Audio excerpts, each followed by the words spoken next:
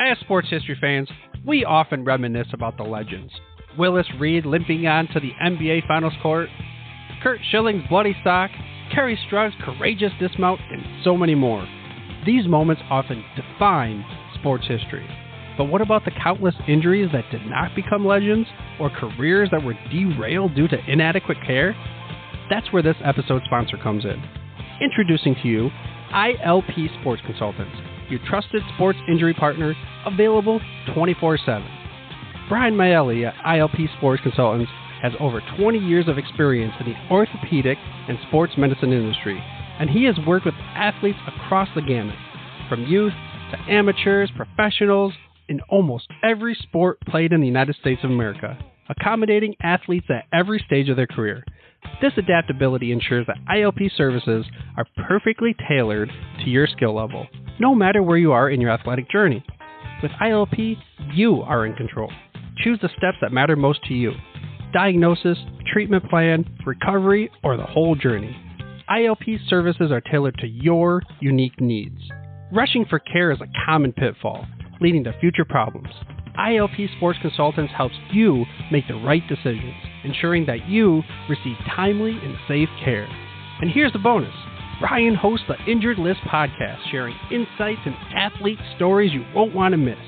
Whether you're a concerned parent or grandparent, or an athlete yourself seeking guidance, ILP Sports Consultants is your beacon of hope in sports injury management. Visit ILPsports.com today.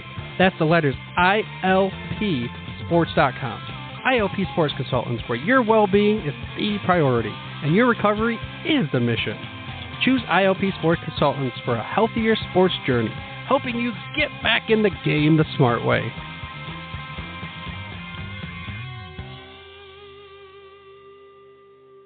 Blog Talk Radio.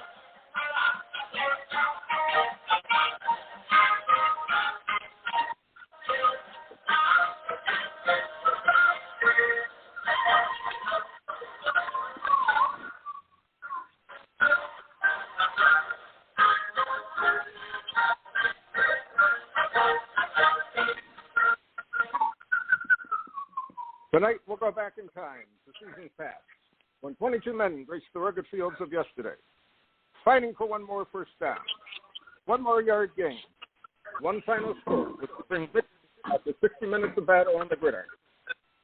Tonight, we explore the world of Gridiron Greats. Welcome to Gridiron Greats, football history and its memorabilia, and the Gridiron Greats Publishing and Broadcasting Network. In conjunction with Swick Enterprises, we're live from the Southport, North Carolina home of Gridiron Greats Magazine. I'm Bob Swick, publisher and editor of Gridiron Greats Magazine. Gridiron Greats Magazine is the only publication in North America that focuses upon the history and memorabilia of the North American football game since its inception in 1869. We cover 150-plus years of football history and memorabilia. You can find us on the web at GridironGreatsMagazine.com. It is at this time I'd like to introduce my co-host, senior contributing writer to Gridiron Greats Magazine, football memorabilia historian, specializing in pre-World War II items, in particular Red Grange, and also Seattle Seahawk items, in particular Steve Gordon. He hails from Portland, Oregon, Mr. Joe Squires. Sir, welcome to the show. Captain, so good to be on. Good morning to you, sir. I am doing good. We have a nice, sunny, getting warm day down here in Southport. And we're doing one of our occasional Saturday morning shows where we're up early and you have gotten up beyond any type of time frame you normally get up on a Saturday morning to do the show, and I appreciate it. On a Saturday, yeah. On a Saturday, yes. This is usually my, I'm usually up around this time to go to work. But, yeah, I like sleeping in on Saturdays. Hey, it's for the hobby, Bob. And when the captain pops the football bat signal, everyone responds. It's all hands on deck. I appreciate it. Joe, I'm going to hand off to you. We're going to talk a bit about two different things. First, lead off with some auctions that you've been looking at. Oh, man. And a couple large auctions running right now. And some things that I was really after. It seems, we've talked about the unopened market and how it's really taking off lately. And, man, it really seems to be popping. There's a couple of unopened items I was really watching, and auction just recently ended. One of them was a Wax Packs case of 1988 Topps football. And 1988 Topps football is about as junk wax as you get right before the explosion of 89 where they just started mass producing. Mm-hmm. I've mentioned before that years ago there was a guy in Seattle who was selling, I don't even remember, hundreds of boxes of 88 Topps, probably 150.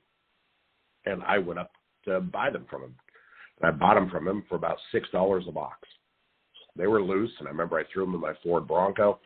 And I looked like a pregnant rat driving back to Portland with this Bronco. Just the back end was weighed down. I had no idea, wax weighed that much. But so needless to say, I had shelves filled with 88 Topps football.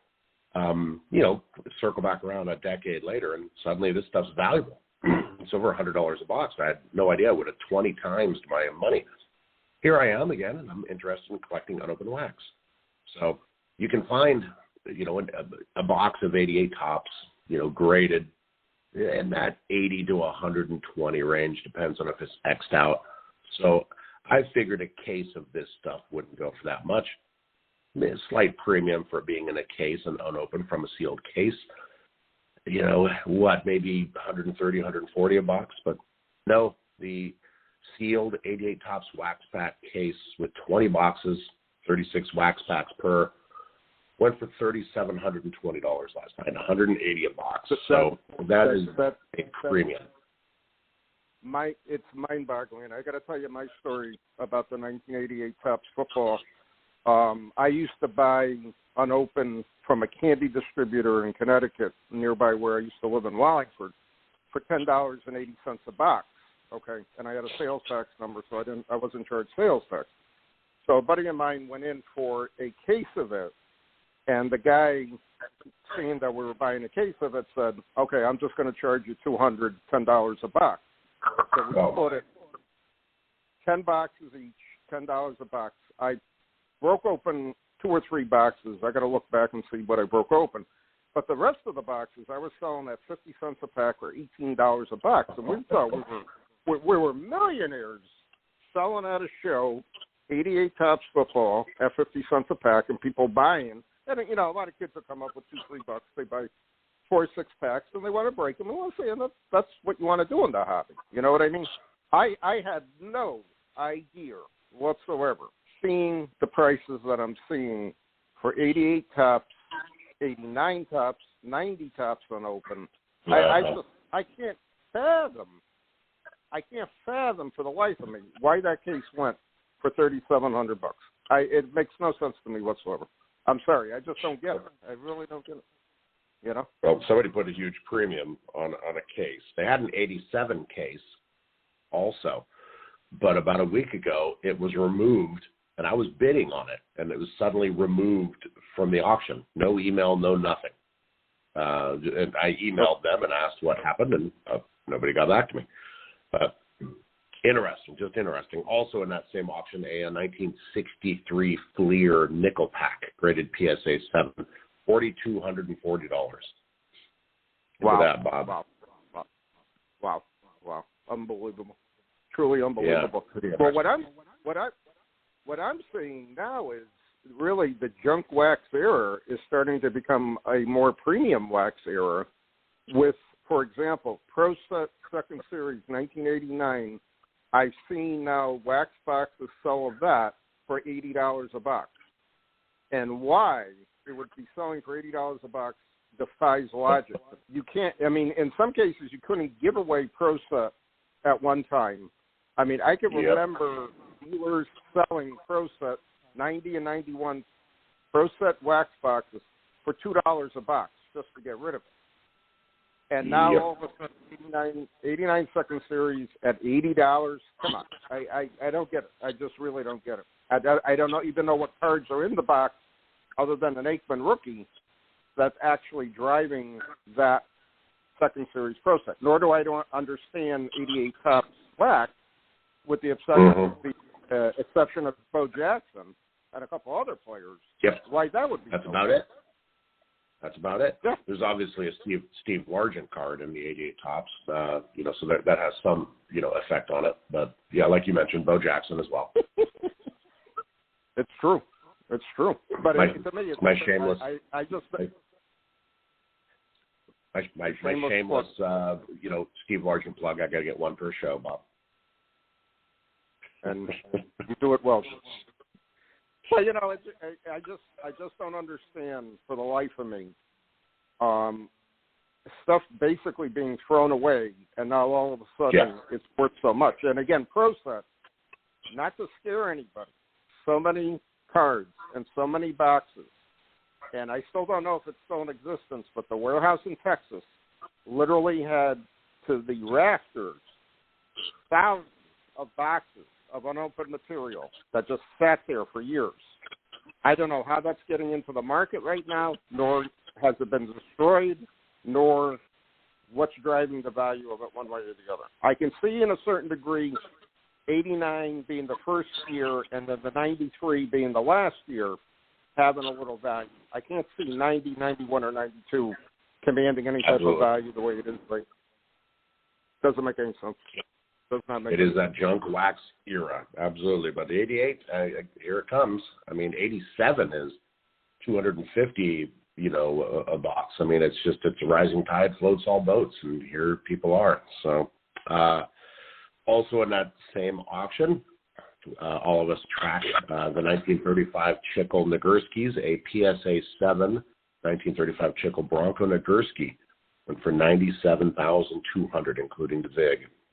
90, so wow. Nearly $100K for a PSA 7 Nagurski, Captain. Wow. And that's good. That's healthy for the market, because that's a card that deserves to be that much, in my opinion. It's rare. There's not that many around, contrary to what everybody believes. And you know what? If someone is investing in football cards and they're asking me, should I put $100,000 into a Brady card or $100,000 in a Nag card, I would tell them very bluntly, I would put the money in the Nag card rather than the Brady card. That's just my opinion. Yeah. So, crazy. It's rare. I mean, man, I wonder what my, PSA 8 Nagurski that I sold, about 7 years ago would be worth now. I mean, there's still 6 of them. Yep. There's still a pop 6. So it's definitely, like I said, a rising tide floats all boats. But so that's some auction news. There's another auction with some very high-end stuff going off. Right now it's, what is it, Mile High that's firing, or excuse me, Memory Lane. I get them kind of mixed up. Mm-hmm. But not a lot going on right now. REA's got one going to Memory Lane, and, but I kind of really enjoy when auctions are running. You know me, I'm an auction whore. And, I love looking at auctions and stuff like that. But some high end, a nice football run in that auction. But that's about it. Yeah. I think probably a lot of dealers are preparing for the national and/or just laying back beginning of summer, so on and so forth. So it'll be interesting to see the vibration and the moves and the market on the floor at the national. I'm looking forward to it. And again, it'll be interesting to see, what's being sold, what's hot, hopefully we'll see strength of the market continuing for football, which has to me always been undervalued, underappreciated, understudied too many times over the years, Mm-hmm. Gaining the respect that it should be getting and has hopefully achieved over the past 20 years, coming really as a very viable collector, as football card collectors and football memorabilia collectors get noticed finally in the market, and that sports collectibles is not just driven by baseball. There are other sports out there that are driving, especially football. You know how right. sometimes. Oh, sorry. Go ahead, Bob. I didn't realize your guest was on. Outstanding. It's going to be interesting to see, in my opinion, again, where we go from here. And our guest is here, and I'd like to introduce him and get on with our second part of our show. I'd like to welcome our special guest. He's the Vice President of Global Marketing and Scientific Operations for the Waters Corporation. He also has the #1 ranked ball mega set, which consists of 1,775 cards. Tops run from 1960 to 1969. It is also the first registered set ever for this particular run. I'd like to welcome to our show Mr. Jeff Mazzeo. Jeff, welcome to the show this morning. Hey, thanks, guys. And, really great to be on with you. And I enjoyed the opening conversation about some of the auctions you referred to. And I was in on some of those as well, which I'm sure we'll talk about.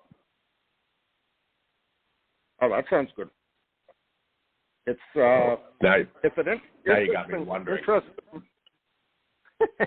an interesting market right now. And again, I'm just shocked by unopened, to say the least. But anyways, Jeff, can you tell our audience how you became interested in football and in football card collecting? Yeah, so it's I'll try to be a little bit brief. It's a long story. So I'm in my mid-50s, and I started collecting when I was about 10 years old. My dad was a comic book collector, and I used to go to the shows with him. This would have been in the 1970s, and I noticed that I started with comics, and I noticed that some of the comic collectors were bringing 50s and 60s baseball cards. So that's kind of what got me into cards was back in the 70s. As you go through life and things change, I ended up selling all my cards to my dad, and he sold them at some point as well. But as I became a big NFL fan, specifically a Patriots fan, starting in the mid to late 1990s, I started to think about getting back into cards again. And, it was right around 2000 or so where I started to it became an obsession for me to buy vintage football cards, so pre-1980, primarily through eBay and the auction houses. So it was really my love of football combined with the fact that I had been a baseball card collector as a younger kid. Wow. Hey, a lot of Jeff. Hey, Joe Squires here. But hey, a lot of people follow that path. It's like collected as young, go off, find your career, get married, and rediscover the hobby at some point. Looking at your run, this is impressive as hell. Bob has completed this run in raw cards. At one point, I was working on this, this feat, 35 chickled, all the way up to 88 tops. And so I tip my hat as somebody who turned halfway down, halfway up the mountain. I turned around, to see someone complete it. I'm very impressed. Bob mentioned 1,775 cards, 100% complete, the only one that's complete, 7.96 GPA, 799 with the bonuses. Just impressive. And not only that, but a very handsome profile picture you have attached to your set. Thank you. Hobby friend Kurt Schmigdahl, looks like you aced him out. I'm not sure if you know him, but it looks like he retired in his 60s run. But 60s top. I mean, this is an impressive feat. How long did this take you to get? What was the last card you got? Tell us about this this very, very impressive run.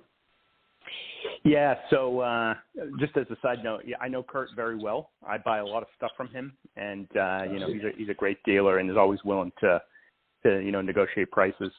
So I really appreciate Kurt for a lot of the help he's given me. So very similar to what you said, so I've been working on 35 Chickle, all the Bowman sets and all the top sets in PSA graded, but I had kind of capped it at about 1967, and really no major reason other than, hey, 68 becomes a lot bigger set, so I'll cap it at 67 and just get raw sets from that point forward. But what happened was I started to notice, as I was building my Bowman sets, I started to notice these mega sets were available in the registry. So, for example, I've also got the number 1 52 Bowman large and small combined set with about a 7.96. Now, Kurt is right behind me, and he's going to pass me at some point because his grade is a lot higher. He's missing, some cards from the large set. And then I noticed that there was a Bowman run set as well, so 48 to 55 Bowman, all the Bowman sets. And so I was able to just basically take my existing sets, sign up for that one, and I had the number 1 ranking from that right from the get-go, and I still do. And then I said, geez, there must be tops runs as well that's on the registry. And I noticed that there was a 60s top run. I noticed nobody had ever completed it. And I said, well, I've got 60 to 67. I was working on a couple of the sets at the time. I still needed some in 64 and 67 specifically. So I said, well, why don't I start the 68 and the 69 set, and then I can go for the 60s top run. So that was probably about 2 years ago, where I, A, hadn't started 68 and 69, and B, was still trying to complete a couple of the other sets, specifically 64 and 67. So I was very fortunate. I was able to buy an almost completely PSA graded 68 set in 8 or better from a local dealer in the New England area. I should point out I live in Massachusetts. So that got me to 68 set pretty quickly. I only needed to find about 20, and I was able to complete that within like a couple of months. And then the 69 set, I just started building it right from scratch. And I was, again, fortunate that there was a couple of set breaks that were listed in the last 12 to 18 months that I was able to win the cards I needed there to get that set completed. So believe it or not, to finally answer your question, the thing that took me the longest were 2 cards in 64 and 67. So one that took me forever to find was a 1964 Topps John Jelassic, number 142, I believe.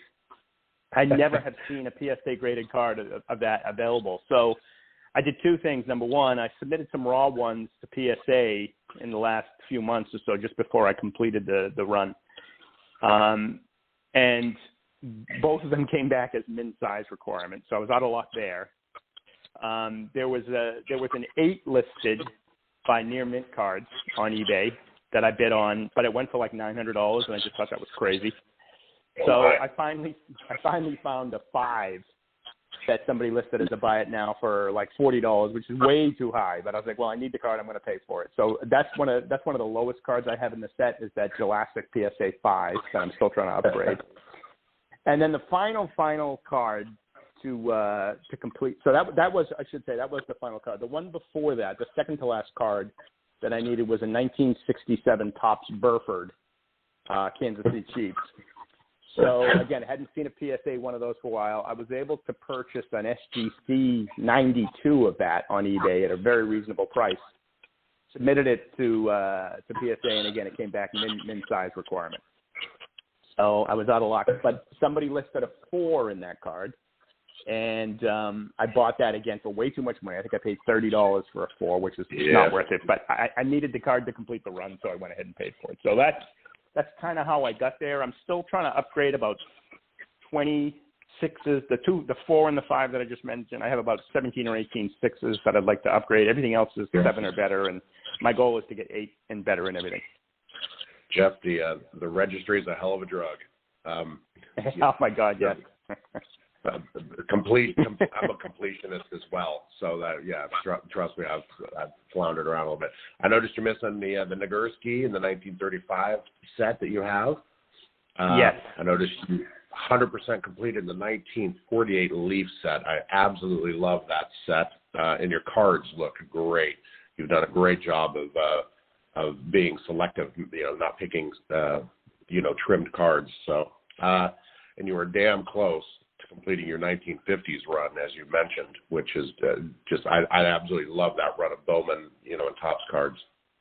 But I have one odd question. the 1967 set, the card number 102, the Matt Snell. You have it in a PSA 6, and it's the only card you have scanned in that entire set. Why? Because it was a submission to PSA. Okay. So I would say 98 to 99% of the cards I have in my registry, I've purchased them from either eBay or dealers. Very few of the cards I have are cards I actually submitted to PSA. And basically, I think PSA, I'm not sure, I think they automatically will upload it when you add it to the set because they have it in their database. So there's a handful of cards that have that. I didn't know that. It's been a while since I've had a registry, so there's a lot of little fun quirks like you just mentioned. They used to have a button where you could see what sets you qualified for. So you'd click on it, you're like, oh, that's weird. All of the 1960 Topps. I had no idea there was a 1960s Topps Dallas Cowboy Hall of Fame set registry, and you'd click on it, and you'd be the number one Dallas Cowboy 1960s Hall of Fame collector. And you're like, oh, that's interesting. Yeah, they still have that. There's a button when you're looking at your registry sets. There's a button called Start a Set, and what you can do is if you hit Start a Set, it'll tell you sets that you have cards for, either a few for 1% complete or ones that you have complete. And to be honest with you, back to the earlier question, that's where I found out about these mega sets. I just noticed. I happened to look at, hey, what other set could I start? And I saw the 52 Bowman large and small combined as a set that I had 100% complete. So I said, oh, geez, I should start that. And that's what turned me on to these mega sets or runs of years. Yeah, you've got an impressive set run. Thank you. So I wasn't on that Nagurski, but I wasn't willing to go to $100,000. I'd like to even just pick up like a 4 or a 5 I'd be happy with. But I think that 7 was I think that price was probably a little conservative. I expected it actually to go a little bit higher because you never see them. And I can't imagine selling an 8 today, which you mentioned earlier. That's going to be a $500,000 card, I bet. Yeah. Well, I think it might have gone higher, but it was 96% of the card, the PSA 7 Nagurski. So it looks a little trimmed. Okay. Got it.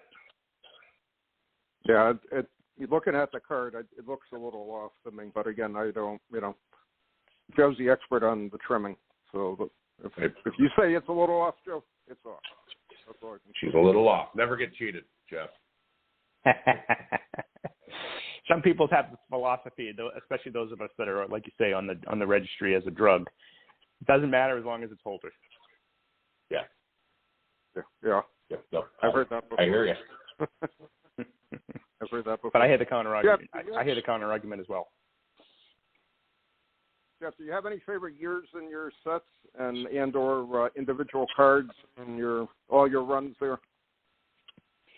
Yeah, I mean, I think my favorite set, probably no surprise, is 52 Bowman Large. I just think that's just such a beautiful set and so hard to find in 8s. That'll be one that I'll be working on for a while. I think in the 60s run, the two that I love are obviously the 65 Tall Boys. I think is a great set, and I also love the 62 Topps, the black border, the black background. Those are just so hard to find in 8s as well.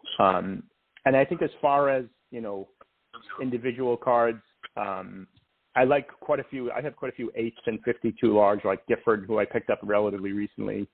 Really like that card, and some of the other stars as well. But I don't really have like one card that I look at and say, wow, I'm really happy with this. I'm more happy with having completed the sets and trying to get them in higher grades. I'd like to interject on 65 Topps. That's the first packs I ever bought as a kid.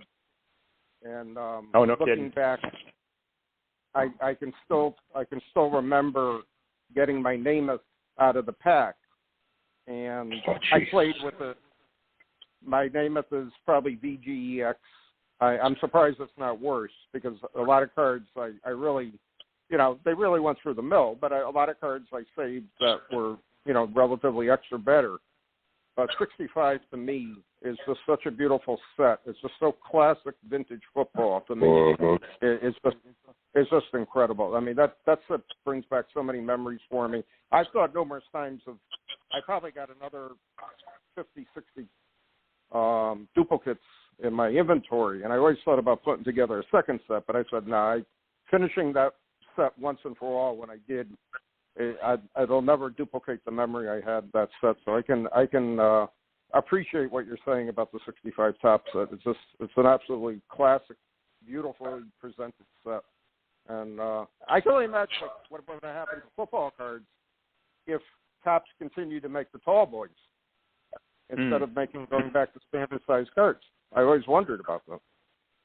Yeah, that's a great question. Yeah. Bob, and again, I don't know it. I've also always wondered why Bowman went to the 52 small and large, because the large set I've started and stopped and sold off 3 different times, or 4 times now.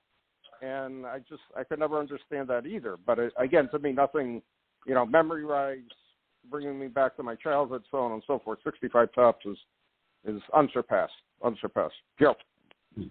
Bob, I got to correct you there. Don't ever be down on your 65 Namath. I know of no other people other than you who can trace the provenance of their Namath card back to opening a wax pack as a kid. That is, I mean, every time you tell that story, I get goosebumps. I'm absolutely enamored by that story. Just thinking of a young, mustachioed Bob Swick, child with a big mustache opening this pack and pulling out Broadway Joe and going, oh my gosh. And just, but yeah, love it. I think I was born with five. I was born with 5 o'clock shadow, Joe. So it just stayed with me. One of these days, you're going to surprise me and show up to the National and shave your mustache, and I won't recognize you. Jeff, same order. 65, 62, 2 of the nicest sets. Absolutely love it. You and I got to grab a beer one day because our collecting paths are very similar. You have a PSA 7 65, Topps Joe Namath. No scan though. What's the story behind that? Where'd you get it? Yeah, I mean, again, it's funny. You guys at the beginning were talking about prices in the hobby, and obviously I've experienced that over the last 2 years, and really over the last 6 months, I would say. So yeah, I picked it up on eBay back in 2016. I think I paid about $4,000. Yeah, I'm looking it up right now. I paid $5,500 for it at the time, which was again something I thought was too high, but I needed it to complete the 65 set at the time, so I bought it, and now that card's going for $10K plus, so certainly was worth the investment. But yeah, no, I just, like I say, most of the cards I buy are already graded, and 90% are on eBay, as that one was. Jeff, I'm old enough to remember when there were multiple PSA 8 Namaths on eBay around that 5,000 range. So, Jesus. And another card that I think has gone crazy lately that I've been following is I need to upgrade in my 57 set. I need to upgrade I have a 7 Unitas, yep, and a 7.5, I think, Star. So I've been looking to get 8s in those. And I don't know if you've seen some of the prices of those, but at recent auctions, they're now $20K plus, which is just wow, really, really hard to get my head around. It's tough. Wow. As Bob was mentioning earlier in the show, it's just the prices. I mean, we both love the hobby, but you also have to realize, these things are valuable. Now suddenly, the prices have just skyrocketed. I mean, the names of Nagurski, all of them. It's interesting. I mean, I was looking at your Leaf set earlier, and I'm like, I go to the bigs. I go to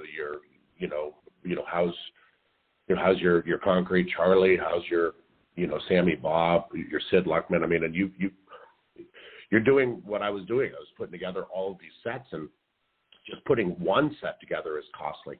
And then you start, I would imagine your Sunday nights are like mine used to be, where I'd sit down and I'd spreadsheet after spreadsheet of cards I needed, and I'd start pouring through and searching on eBay. And, you're happy to grab a couple nuggets a week. Yeah, so so the way I work, I pretty much start every single day with coffee and eBay. So what I'll do is I'll go search eBay for what was listed, in the last 24 hours by year. So I'll search PSA, 48, 49, 50, et cetera, in football, and just kind of see what was listed and start bidding them that way. And then obviously whatever I won that night, I'll pay for it and add it to my registry. And I really just use the registry to track what I need. Gotcha. So I'll click on the registry, and if you hit grade, it'll tell you it'll list your set in order of ascending grades. So for example, in 48 Leaf, the card I've been trying to upgrade for a while, it's the Bednarik. I have a 4. Been trying to get a 6 or higher on that, but as you know, those very, very rarely come on the market. Yep.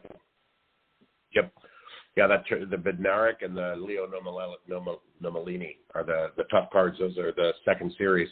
I have a 48 Leaf uncut sheet, series 1 through 49, hanging in my office.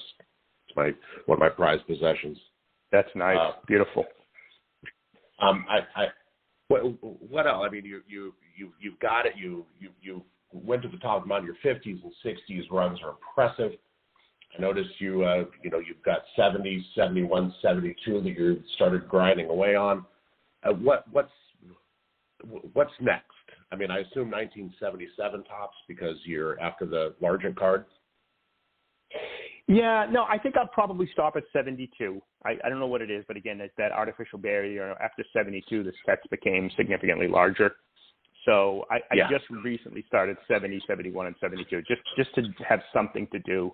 But again, especially 9s in those now are really, really skyrocketing, so they're hard to get. But I'll be working on those for a while. What I've been debating about next, to be honest with you, is whether or not I want to start the Fleer sets and the Philadelphia sets. I'm not a huge fan of Philadelphia sets. I don't think that they're great looking cards. Look, they're the classic 60 sets. You got a lot of important rookies in there, like Dale Sayers, et cetera. So I'm thinking about those sets. And then Fleer, again, I'm not a big fan of any of the sets. The 63 set is nice, but I'm not a big fan of the 60 or 62. And incidentally, there was a complete 63 set on that same auction that we've been referring to that was 8 and better that went for like $12,000. There's a huge difference between a collector and somebody who scarfs up completed sets and then puts them in the black PSA boxes on a shelf. You mentioned, I always go back. You mentioned a couple of the cards you really had a tough time getting, and I can't remember their name. But when I was collecting the 57 top set in PSA 8, my Achilles heel was the Zeke Bradkowski card, quarterback for the Pittsburgh Steelers. If you're not a Steelers fan, you have no idea who Zeke is. And that card was the rarest card in a PSA 8 in the 57 top set when I was putting through. And I could not find it. And eventually did what you did, went to a national, and every single booth I stopped at, thumbed through looking for Zeke. I bought 11 Zekes at a national, went and submitted them all, and got an 8. Nice. But if you bought the 57 tops complete, you would have no idea who Zeke Bradkowski is. If you ground away and built that set from scratch, you know exactly who Zeke is. And these are the little nods between collectors that everybody has. So I don't know. There's a little, not disdain, but there's a little bit of, you took a helicopter ride to the top of the mountain for the people who buy the set complete, because you don't get to find those nuances of a set. It's kind of cheating. I don't know. I mean, being said, I know I've bought complete sets too. Yeah, one of the things I've been debating recently is, I've heard arguments on both sides that you're better off buying the set complete graded because you'll get the best deal as opposed to like building it, a few cards at a time. I was thinking about doing an experiment. There was actually a complete 72 set that was available recently, all 8s. Every single card graded 8, nothing less, nothing more, but all 8. I was like, well, geez, I could buy this, and then I'd try to build one from scratch and see how it plays out. I'm guessing buying a complete is probably the cheaper way to go. I would agree, especially with shipping. But I mean, I've bought complete sets, and you're a busy guy, So I wouldn't look down at you for buying a complete set. I get it. I've bought complete sets. It's just you miss the nuances, and maybe that's half the thrill for me is just knowing all that, I guess. I don't know. Yeah, no. You know what I mean? Well, I mean, the card I was saying that was one of the last ones I got was that 64 Jurassic. You know, I've talked to a lot of my dealer friends, and they all said the same thing. You just never see that card. You know, and you wonder, like, why? What is it about that card that there's just not a lot of high-grade versions available? It's a short print, but there's a lot of short prints in that set. So what is it about that one that's so unique?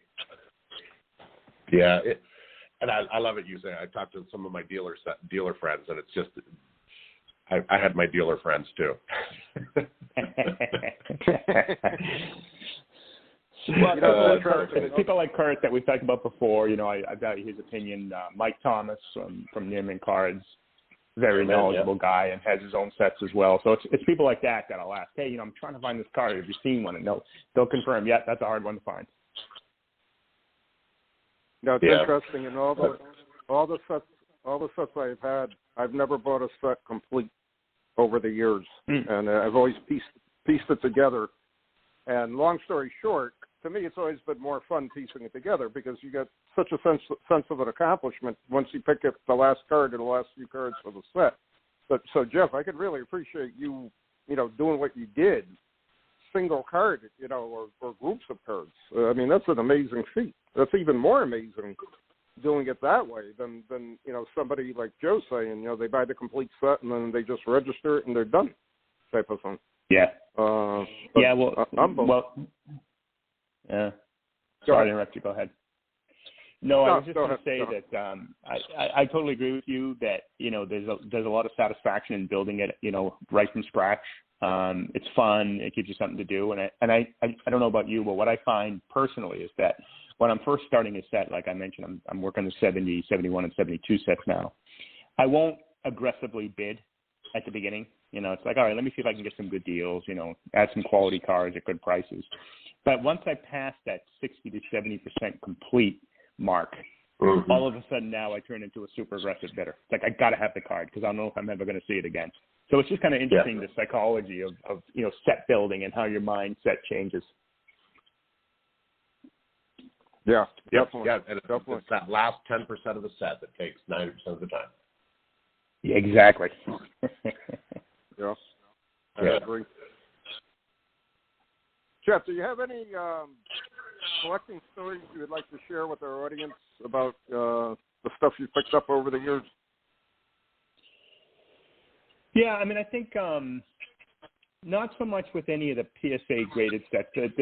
It's funny, the buys that I remember of sports collectibles are maybe the esoteric ones that you find where you don't expect to find anything and you do. So, for example, that's one of the stories that I'll always remember was I was at a flea market up in New Hampshire, and the guy had a bunch of older Sports Illustrated magazines, like bundled up in small pieces of rope. There was probably like 10 to 20 of them in each bundle. And I looked and I said, boy, these look like they're old. And I think you guys may be aware that there was a few issues, Sports Illustrated, where they put copies of baseball cards in them. So they had like 54 tops, and then there was a couple issues that had 55, I think. Now, they're not cardboard. They're just like on a piece of, you know, glossy paper, but they're inserted in the Sports Illustrated. So I said, you know, I wonder if he's got, you know, any of those issues in there. So it's issues number 1 and 2, and then I think it's like issues 10 and 11 or something like that. I might be wrong on the last two. So anyways, I bought a couple of these stacks of, you know, Sports Illustrateds for a couple bucks a piece, went home, opened them, and sure enough, all the ones that had cards were in the middle. So I couldn't see them, but they were in there. So I was just, you know, and they're not worth a huge amount of money. They're probably worth a couple $100 each. But that's a score that for whatever reason I always remember because it was so unexpected. Wow. I love it. And this hobby, you become friends with people. You mentioned Kurt Schmigdahl. I mean, you know, he and I, you know, shared a room at a national once and just had a great time, laughed. And I mean, and when I started selling off my sets, I let him pick through some stuff. And what he picked was a massive, and all of a sudden I'm like, oh my gosh, that's a lot of cards. I filled a suitcase and I filled a duffel bag with them. Wow. And I happened to be busy, so I sent my nephew on an airplane to Chicago. Kurt was flying, you know, from Iowa to Chicago to see his wife off she was heading to Mexico. So my nephew, has a picture of Kurt, has Kurt's number, meets Kurt, hands him a duffel bag and a suitcase. Kurt hands him an envelope, and my nephew gets back on a plane and flies back to Portland. And I chuckle. I chuckle at that, interaction there.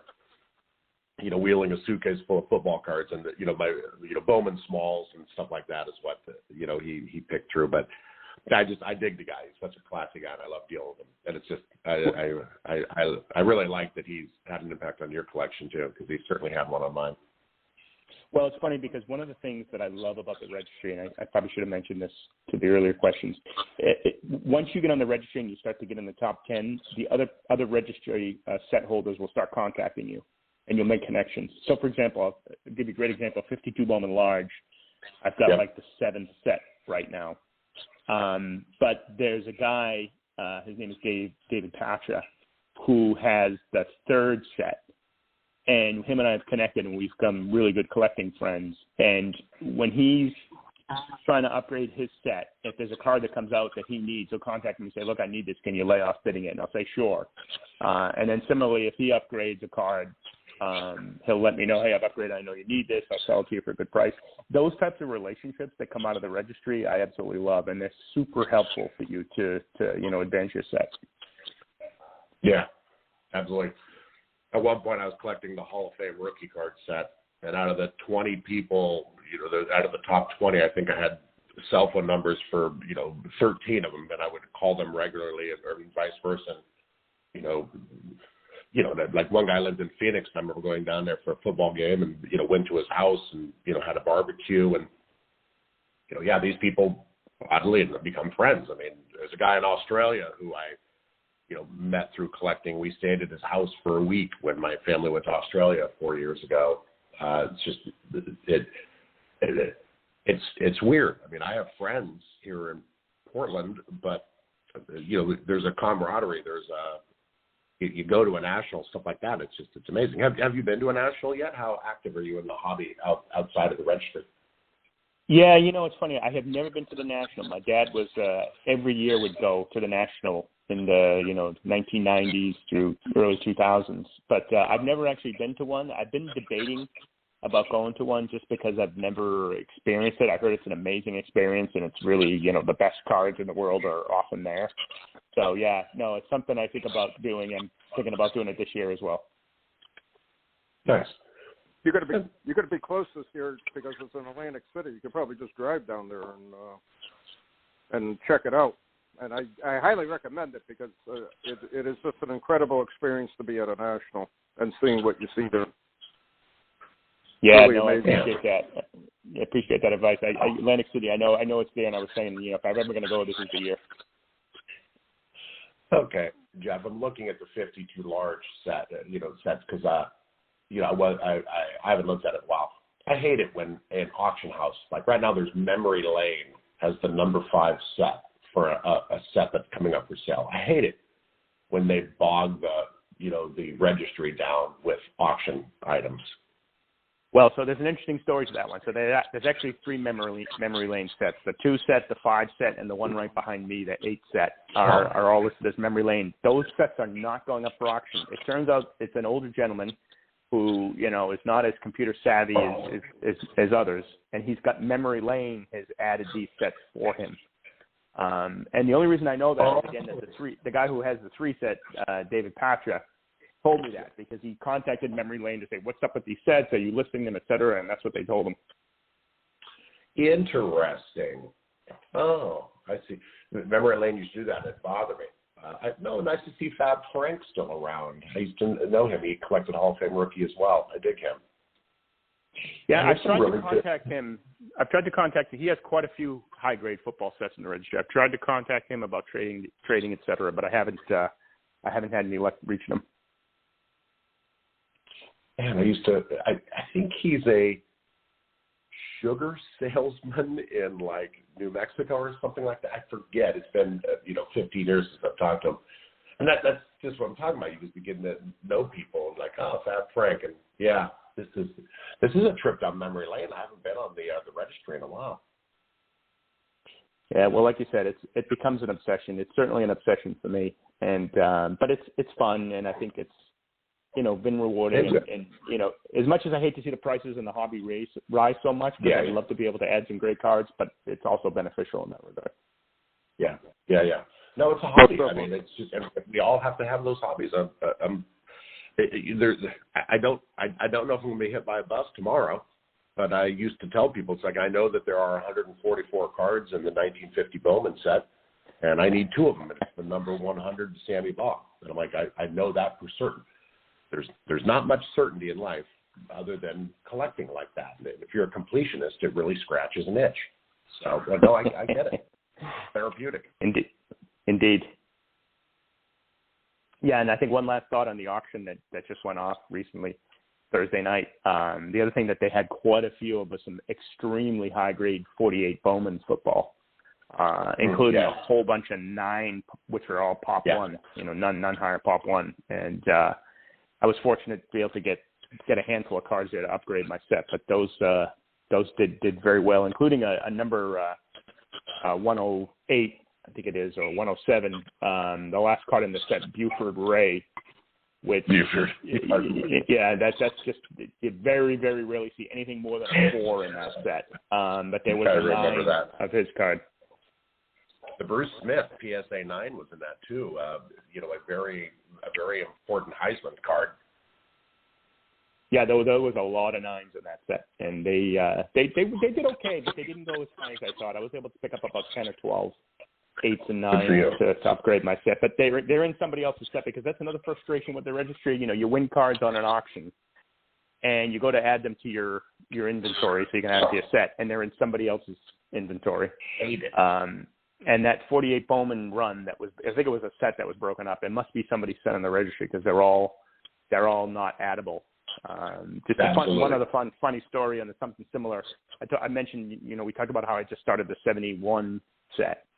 And I recently won about 100 PSA 8s on eBay auction on a set break. Every single one of them is in somebody else's registry, and I've been trying to get them to take them out. I've contacted the auction company that listed them, but instead I'm going to have to take photos of the front and back of every card and upload them on PSA, which is a pain. I hate that. Absolutely hate that, man. And I used to just sit there and try to add it, going, you know what? I'm going to hit this person with like 40 emails and annoy the hell out of them to the point where they delete it. But that doesn't work. Yeah. No, PSA stopped that. Once you send one removal request, if you try to send another, it'll say you already sent a request. Oh, I didn't know that. Oh, wow. That used to be our ammunition to try and get people. But yeah, I used to know Cassetta personally, because I was adding so many cards that people would leave. Oh, yeah, I hear you. Man, it's so fun to talk to you. These are just the frustrations that I had for years that I moved on to collecting, more, odd, older stuff. But, man, and uncut sheets. I have the 50 Bowman uncut sheet run and one uncut sheet of 48 Bowman. So a lot of the rarity of these cards comes from where they're positioned on the sheet. Fascinating. Yes, definitely. Yeah, no, I agree. I think the uncut sheets are amazing. I can't believe you have a 48 Leaf and 48 Bowman. Those are got to be like one or maybe only a handful of those in the world that exist. Yeah. Well, what do you? I feel like we could sit here and talk for hours about your collection. I love it because it just runs parallel to something that Bob is doing, and and I tried. What are your final thoughts? What advice would you have for collectors who are attempting the same? Yeah, I guess my main advice would be to buy high quality. I know that's probably overused, but if you can get higher grade versions of the cards, even though they cost more, I think they're worth it because they have more physical beauty to me. I enjoy looking at them when they're well centered and they're sharp corners and the colors pop off the card. And secondarily, I think that, in terms of holding their value or appreciating, I think there's a much higher chance. That would be my first piece of advice. And then the second would be to, have fun with it and meet people through the hobby. I think that's probably, for me, as I was saying before, the best part of this is finding fellow collectors who have the same obsession, who, you know, you can talk to about stuff, but more importantly, you can help each other out. And there's something to be said for that. You know, when somebody I know well in the registry, like, goes up a notch because of a card that I've sold to them, that makes me feel happy, and I know it makes them feel happy. So to me, that's another key part of the hobby as well. Yeah. Good for you. That's spot on. Amazing. Jeff, your collection is just incredible. I'm just, in a way, speechless about it. And my one suggestion, going back to something you said, obviously my run includes the 60-63 Fleer and 64-67 Philly sets. I do recommend, even though you don't like them, go for them. And because that's really 1960s football history right there. Both leagues, both card producers. It's just incredible to see those cards back to back, set to set, year to year. It's a cool collectible. That's my only suggestion. But man, oh man, you got an incredible collection, and I appreciate you being on, taking time out of your schedule to talk about it. I'm speechless about it. Great card. Well, thanks for the opportunity. I love talking about my collection, and I love hearing from other collectors. And I hear you on the Fleer and the Philadelphia. It's a matter of time. I will start them, probably once I can complete the 70 to 72 tops. Well, you know, that's, again, I always say 48 to 72.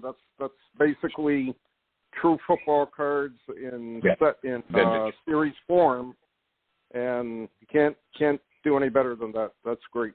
That's a great run. Yep. And 73 to 88 is the second part of that run, and that's a fun run also, to say the least. I enjoyed it. Vintage, by definition, 48 to 35 to 72. Yep. Incredible. Jeff, thanks for being on today. I appreciate it. Thank you for having me. Really appreciate it, guys. Have a great day. You too. Thanks for being on. Okay. Bye-bye. Joe, we're going to go into our 2-minute warning, and I'm going to hand off to you. What'd you pick up on today's show? Dang. It's, wow. Very impressive. When he posted on VFC about his 60 tops, I went in and looked at it, but I didn't go past that master set. I spoke about it on a previous Gridiron podcast, but my goal for a long time was 1894 to 88 tops. And at one point, I'm like, let's reel that in. I'm not really passionate about that Mayo, the Mayo set. So let's just call it Chickle to 88. But at some point, I gave it up, and that was right around 2014, 2015.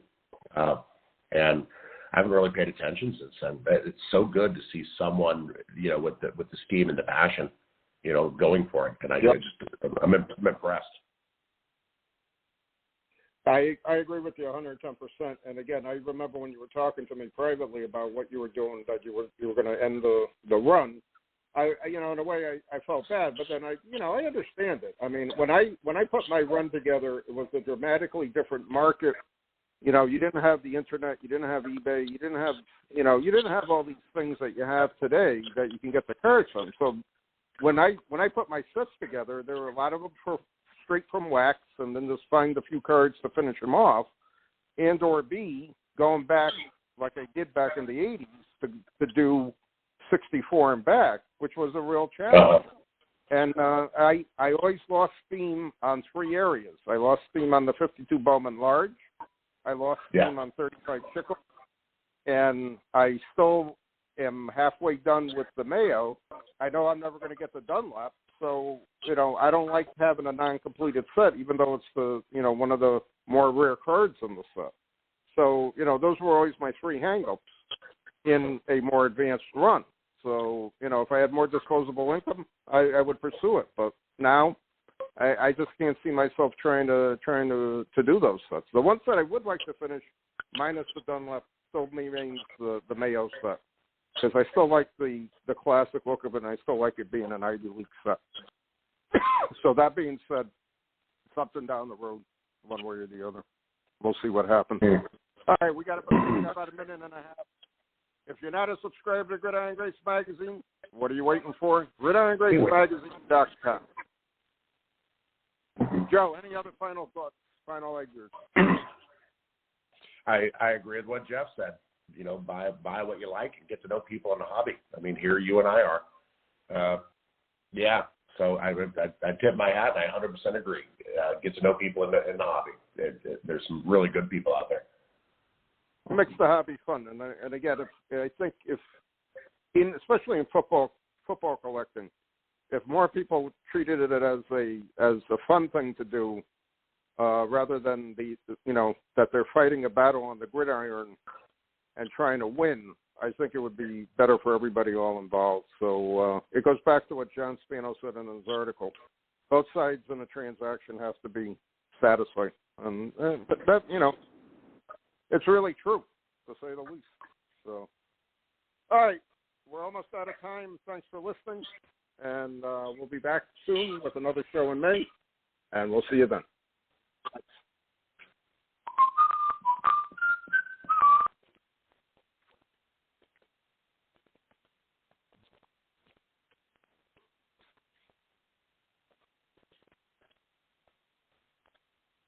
Hey there, sports history fan. This is Arnie Chapman, a.k.a. the Football History Dude, and I wanted to thank you for stopping by to listen to another episode here on the Sports History Network.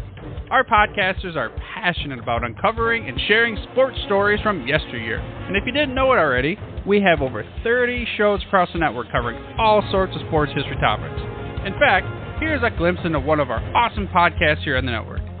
Each week, the official Football Learning Academy podcast will take you deep into the history of pro football through interviews with players, coaches, or administrators in the NFL, as well as interviews with Pro Football Hall of Fame selectors, authors, and historians. You'll learn how the game evolved and important moments that shaped the sport into what it is today. And don't miss the Pro Football History Nugget of the Week. Listen to the official Football Learning Academy podcast on the Sports History Network. How about that? I bet you're super hyped to go listen to that new podcast, right? Well, to learn about this show and all the other podcasts on the network, head over to sportshistorynetwork.com/podcast. Again, that's sportshistorynetwork.com/podcast. Head over there today to find your next favorite sports history podcast.